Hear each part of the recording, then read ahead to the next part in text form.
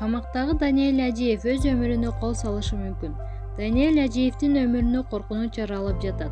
Анткени СИЗО 1 мекемесиндеги атайын контингент аны жалпы камерага которууну талап кылууда. Бул тууралуу кыйноолорду алдын алуу боюнча улуттук борбор билдирди. Аталган борбордун кызматкерлери 4-июнда Ажиев менен жолугушуп келишкен. Сүйлөшүү учурунда чындыгында өмүрү жана коопсуздугу үчүн чочулап жатканын айтты. Учурда ал арызынын негизинде бир орундуу камерада камакта деп айтылат укук коргоо уюмунун маалыматында.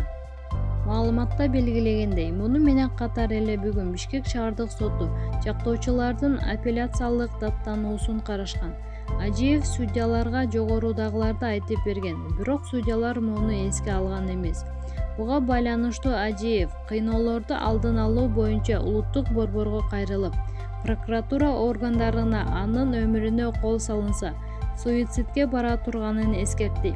Ажиевдин арызы прокуратурага жөнөтүлөт. Ошондой эле Ажиевдин позициясы СИЗО 1 мекемесинин башчысы Калмаматовго маалымдалды деп айтылат маалыматта.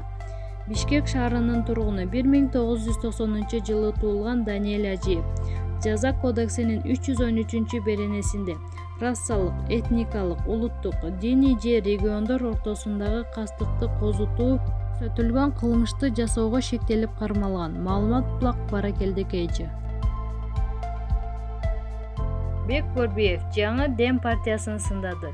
Уят барбы дегисилерде. Кыргыз эли ишенче экенбиз. Биз жаңы Дембиз десе эле болду. 20-30 жылдан бери айланып жаңыланып келип жүрүп, өлкөнү талкалап бүттүңөр. Уят барбы дегисилерде деп жаздырчы Бекборбиев. Маалымат Булак Аргумент Чекит KG. 8-июнда Сыдыман акыркы сөзүн айтат. Блогер Сыдымандын адвокаты сотко анын тарапташтарын киргизүүнү жана видеону толук форматта көрүүнү өтүнгөнүн, тилекке каршы анын бул аракеттерин текке кеткенин, ал эми сот отуруму 8-июнга жылдырылганын билдирди. Маалымат Булак Аргумент Чекит KG.